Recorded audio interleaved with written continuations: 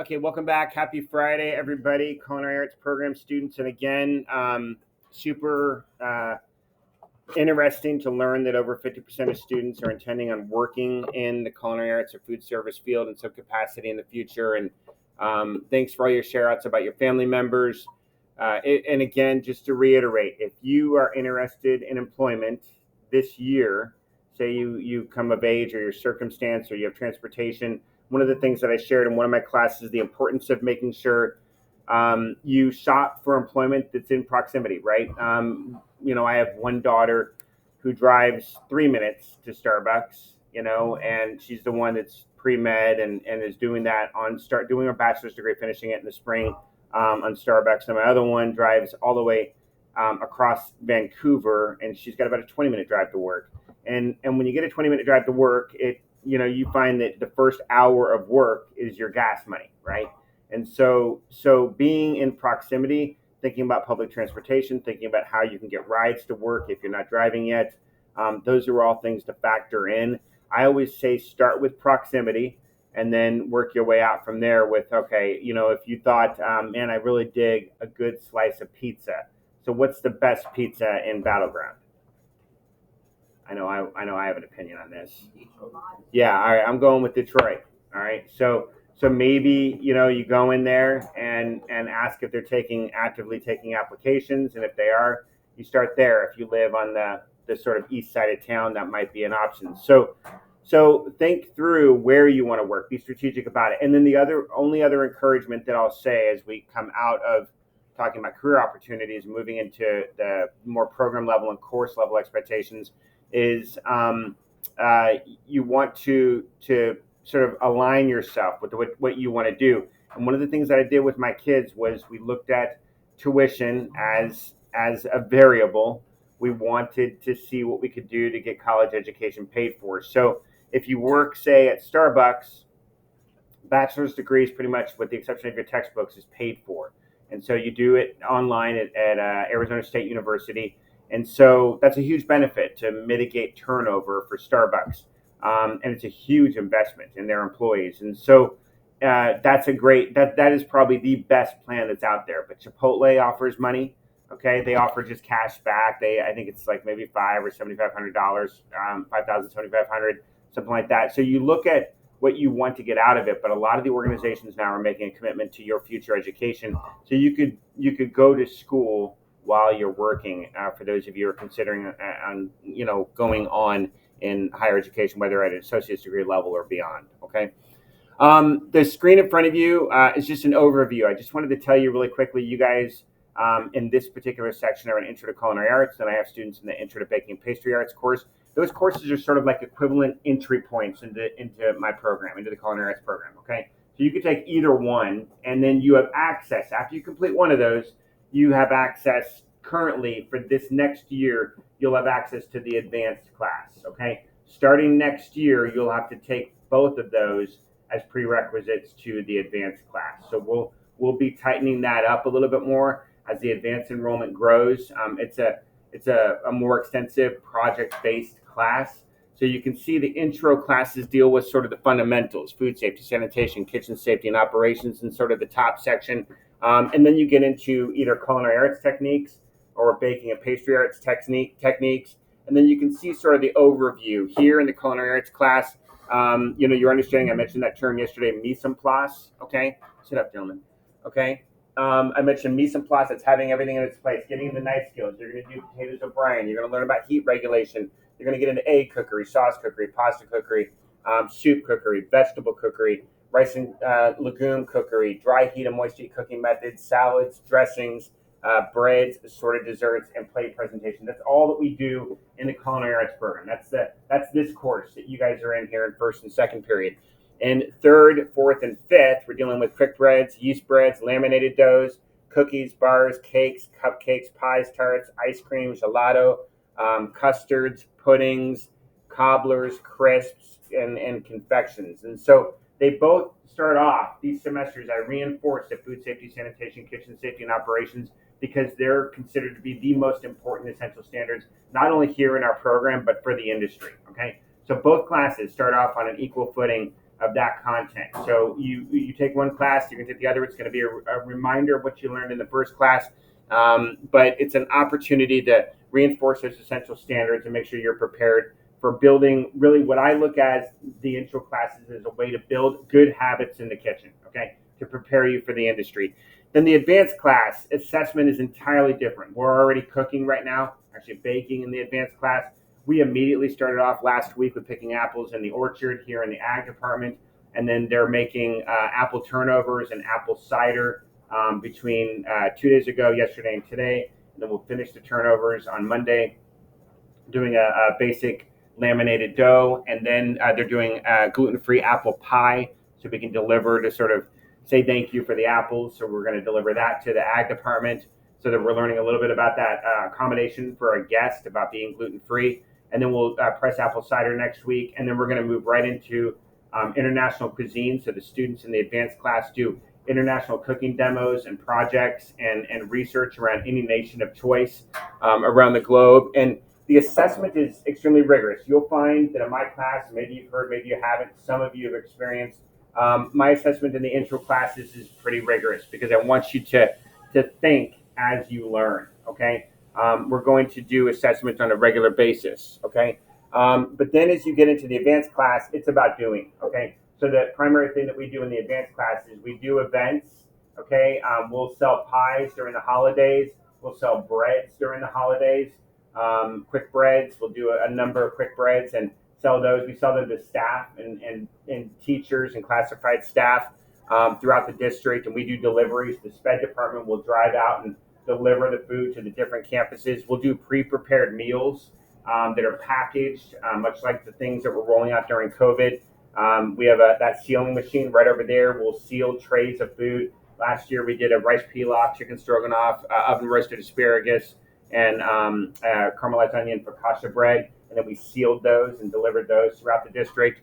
So we innovate and create. We do food costing, marketing, and look at recipes and conversions and understand how to run the business of a restaurant or food service operation. So it's more advanced. It's very entrepreneurial, and we have a lot of fun. And then the cool thing is they raise money through those endeavors, and the benefit of that is they go out on a field trip at the end of the semester. We went to the Hammond, okay, which is a more premium restaurant here in the Vancouver area on the east side of Vancouver. We did a full multi-course lunch there and a tour. We went to La Provence, okay, which is a really premium bakery. So we're trying to show the bakery side of the house. We went to a food truck. So we went to Brunched Food Truck, which Braden Betts, his family owns that. He's a student here. That's just right over here in the food truck pod here in Battleground. Brunched, has anybody been there? Oh man, really good food. You should check it out. And then we ended the day at the casino up the road in Ridgefield, Illinois, and they put on a massive spread for us, and then did a tour. Went up to the restaurant at the top of the hotel. They had the kids roll out calzones, and they took the calzones, they baked them and packaged them up and sent them out the door with the kids on the way home. Did a full tour, went into the suites that aren't even booked suites. Got to see sort of the lodging side of the house and hospitality. Got to see, as I said, the restaurant on the top floor of the hotel and the food service operations in the casino, which is extremely diverse. You can work in the casino once you turn 18, and I really want to try to push grads who turn 18 in that direction because there's a ton of opportunity under that roof. You can work in doing breakfast and banquets in the event center. You can be working in the premium restaurant in the top floor of the hotel. You can be working in the sushi restaurant that's down on the floor. So there's a lot of different options. You can be shifting around and getting different experiences all under one roof, and they pay really well. And that's a good career path opportunity. So that's what we do in the advanced class. Okay. Any questions about the curriculum? I just want to give you. I think it's important that we talk to you about sort of bigger pictures like CTE, career pathways, how we connect you to industry, because that's what career technical education is all about, is how to get you jobs, how to get you employed, right? And many of you have not raised your hand when I asked the question this week, are you planning on going to college? Most of you don't appear to be making that plan. And because you're in a CTE classroom, a lot of the time it's because you are a kinesthetic learner, you're hands-on, and you want to do. And so I want to sort of paint that picture for you. Any questions? Okay. Okay, continuing on. All right, I'm not going to play this video. This is a video that Mr. Foster, this is located in YouTube, and also in, it's a link in the Google Classroom if you want to watch it. I want to just really briefly, I'm going to talk about experiential learning credit now. And I want to just give you a sampling of what experiential learning credit is. I've mentioned it to you. And for whoever posts in every class, experiential learning credit first, and I think we already have some posts. We'll take a look in a second. Whoever posts, I'll give double credit for. So normally I'll award 5 points per posting, okay? And I'm going to show you now. There's directions. This is right on this is the only function of the stream. I have the notifications turned off, and so Google Classroom Stream only serves to be a place where I show you or where we celebrate learning outside of class. So experiential learning credit, it says here, or extra credit. It says, please submit all home cooking photos, including lab assignments or service learning experiences, to Google Classroom Stream with a sentence noting the following, okay? What you prepared or where you served, say you helped at the food pantry, you helped at an ROTC event or something like that where you were cooking food, and then what you learned. So long as you state those two things in a sentence, that's 5 points. All right. The thing is, you want to remember the photograph, and I'm going to show you in a minute, needs to demonstrate either a connection to you in some capacity. So you can do it either through having your ID card in the photo or have your face in the photo. So I just know that it's authentic. Okay. Because obviously you can plagiarize that by getting pictures online. And so we want to know it's authentic. Okay. So if you're serving and doing like an ROTC event or something like that, you will get 5 points per hour of service. So we were supposed to, for example, cook hot dogs at the football game tonight. If you help do that, we ended up canceling that because the weather's getting too hot. But the bottom line is, if you ended up doing that as an intro student and helping the advanced kids do it, then I would give you 5 points per hour for doing that. Okay. And so that's service learning. That's connecting. If you're cooking food at a church or at a community event with the community center, whatever it might be, you can get credit for that. So I'm going to just really quickly show you. So this is last semester. So you can see here's like the student ID. Here's a picture of what they prepared, okay? And you can be cooking or baking, okay? It doesn't matter, okay? I'll take either one. And so as I scroll down, you can see somebody made breakfast. We got some pasta here. They made chicken teriyaki. We've got a picture with, looks like some maybe loaf bread of some sort. Okay, the Teague made.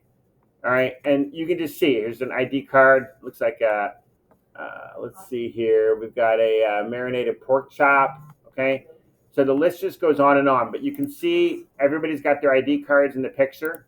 Okay, and they just simply state what they prepared, and you'll get 5 points for this. Okay, so what you'll receive, basically, I will go through and grade these, okay? And so every time your postings are above this notification, they're not graded yet. So you post it and it goes above my notification. But then as soon as I grade it, I push the notification back up to the top so you know that I've graded it, okay? So that's how experiential learning credit works. So if I look at, let's just take a quick look at Intro to Culinary and Intro to Baking and see where we're at. I'm pretty sure if I go to the stream, okay, we don't have, yeah, we do. So Riley Tester just, okay, so we had one posting, okay, in Intro to Culinary, but I wouldn't give credit for it just because it just says, hey, Mr. Fritz, I'm making hamburger helper right now, okay, which is great. Okay, that Riley did that, but obviously didn't tell me what learned or produced the evidence, so that wouldn't be suitable. So, and then let's take a look at the baking and pastry course. Okay, Intro to Baking and Pastry stream. Looking right now, no posts yet. So whoever posts over the weekend, in fact, anybody who posts this weekend, something that you prepare, bake or cook, okay, if you post this weekend, any post, not even the first post, I'll give you double experiential learning credit. So you get 10 points, okay? If you cook something this weekend, post a picture of what you made, all right, and then state what you prepared, what it is, and what you learned, okay? Something that you learned, okay? And then I'll give you extra credit for that, okay? Any questions on experiential learning credit? Yeah, thanks. All right. Any questions? Okay, so moving right along, here's just some pictures, right? As I said, 5 points per submission. And then the one thing I want to note, listen up, please. One thing I want to note is you can only receive a maximum of 10% of your grade in experiential learning credit. All right. So it's not an option for you to like have an F in the class and get you an A by cooking at home. Okay. It doesn't work that way. So you need to be a solid student already. But you can bump yourself up. 10%, all right, is a letter grade, right? So 10%. And I don't know exactly how many points that is. I've never added up the number of points that I award in a semester. It's somewhere around 1,500 to 2,000 points is what I award over the duration of the semester. So, if you have, 150, all right, that's a lot of cooking at home. It's going to take a lot for you to get up to 10% of your grade. But if we have, I have students to do it, all right. So, and then I'll cap it at 10%. Okay, and then here's just a couple other pictures.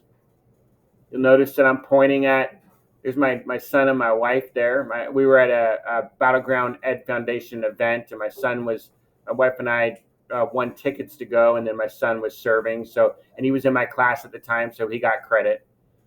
Okay, and then there's a link down in the video tutorials in Google Classroom that explains experiential learning credit. If you, for some reason, missed this lecture, you can click on the link, click on the video, and again, get the directions for it. The other thing that I do is I like to reward you guys for being engaged. So on Fridays, all right, there's a learning cycle chart that's up on the door, right? You've got the critical thinking, ask 3 questions before you come to your teacher chart. You've got the post-assessment chart for your labs. And then you got the learning cycle. The baking and pastry class learning cycle is we lecture on Monday, we mise en place on Tuesday, Wednesday, we're baking on Thursday, and we're doing assessment and finishing Ruby on Friday. For culinary arts, I'm lecturing on Monday, I'm demoing on Tuesday, sometimes you mise en place on Tuesday, you mise en place on Wednesday, we cook on Thursday, and we do assessment and reflection and submit Ruby on Friday, okay? You have the whole week to complete the Ruby assigned Ruby lesson for the week, or lessons for the week, depending on what week it is. But on Fridays, when we do the self-assessment, you're going to work together as a team on what's called the Student Learning Assessment Template, the SLAT. You will know that term well, right? The SLAT, right? You know the SLAT. So the SLAT is what we do to evidence our learning in this class. I can't be everywhere all the time, right? So I can't see everything that you do. And I want you to have an opportunity to create a defensible position for your learning. So that means that you tell me what you learned and you evidence by aligning the standards that I put in front of you with what you do to show that you've done it, that you've accomplished it. But on Fridays, if the whole team gets a SLAT in, okay, and this is once we start labs, if the whole team submits their SLAT during the Friday class period, my advanced kids will prepare a diversity of cookies over the duration of the semester. Every week they'll have different cookies, and I'll have cookies to give out to you guys on Fridays, okay? And if you get them wrapped up, you can play games, you can do whatever, but the whole team has to get it done, okay? That's the caveat. I'd like to see our learning done in class. One of the things that I've mentioned before is that I do not give homework, okay? Look at me. I do not assign homework. Who assigns homework? Not you. It's you. It's you. The only reason why you would do something outside of the scheduled class time in this class is if you didn't do it during the scheduled class time. So you're the one that creates homework and stress in my class. I give you ample time to do everything you need to do during the scheduled class time. Okay? That is important. I feel like I'm an elective class. I don't try to stress you out, but when you're here, you need to be engaged. Okay?